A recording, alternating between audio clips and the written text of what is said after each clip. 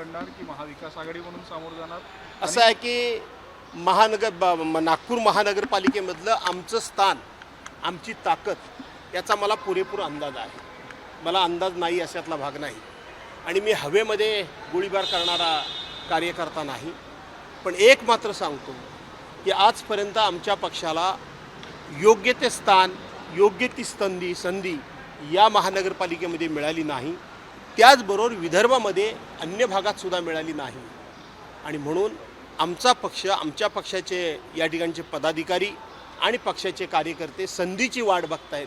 मला असं वाटतं की त्यांना योग्य ते संधी मिळाली तर निश्चितपणे ते करिश्मा करून दाखवतील. योग्य संधी म्हणजे स्वबळावर की किती जागा लढवण्याची तयारी आहे? आज तरी ज्या 151 जागा आहेत त्या 151 जागांचा आढावा मी 6 महिन्यापूर्वीच घेतलेला आहे, अनेक बैठका घेऊन. आता नगरपालिकांच्या निवडणुकीला तोंड फुटलेलं आहे. आज मी आणि माझे सहकारी विजयराव कदम आम्ही या ठिकाणी आलेलो आहोत. आम्ही आमच्या सहकाऱ्यांकडून, मी कधी आमचे कार्यकर्ते म्हणत नाही, आमच्या सहकाऱ्यांकडून आमची इथली वस्तुनिष्ठ परिस्थिती आम्ही समजून घेऊ आणि या संदर्भातला अहवाल आम्ही आमचे पक्षप्रमुख उद्धव साहेबांच्याकडे देऊ. निर्णय ते घेतील. तरी किती उद्दिष्ट ठेवला आहे? म्हणजे 151 जागा आहे, किती उद्दिष्ट ठेवला आहे डोळ्यासमोर? नाही, अजून त्याचा अभ्यास केला नाही. आज अभ्यास करेन आणि नक्की सांगेन. इकडे रोहित पवार सुद्धा अशा पद्धती म्हणतात का जिथं जो मोठा भाऊ असेल किंवा ज्याची ताकद जास्त असेल तिथं त्यांनी लढावं आणि आम्हाला सोबत घ्यावं. म्हणजे कुठेतरी ज्या पक्षाची ताकद असेल महाविकास आघाडीमध्ये त्यांनी त्या ठिकाणी लढावं, इतर पक्षांना सोबत घ्या, असं महायुतीचा विचार झाला पाहिजे. महाआघाडीमध्येच लढले पाहिजे असा विचार. खरं आहे, ते काहीच चुकीचं नाही आहे. आज समोर एवढं अगदी राक्षसी बहुमत मिळालं आहे विधानसभेमध्ये, तरीसुद्धा ते महायुती म्हणून लढतायत.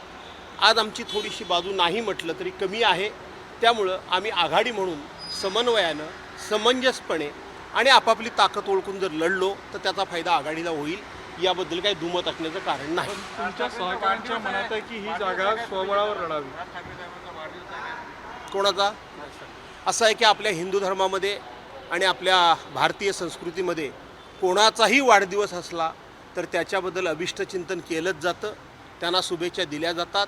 त्याच पद्धतीनं राजसाहेब ठाकरेंना मी माझ्या वतीनं, माझ्या कुटुंबाच्या वतीनं आणि माझ्या पक्षाच्या वतीनं मनपूर्वक शुभेच्छा देतो. काल माझे नेते माननीय आदित्यजी ठाकरे यांचा वाढदिवस होता, परंतु परवांच्या दिवशी अहमदाबादला झालेली जी काही दुर्घटना आहेत त्या दुर्घटनेसंदर्भामध्ये, त्या दुःखामध्ये सहभाग होऊन त्यांनी आपला वाढदिवस साजरा केला नाही.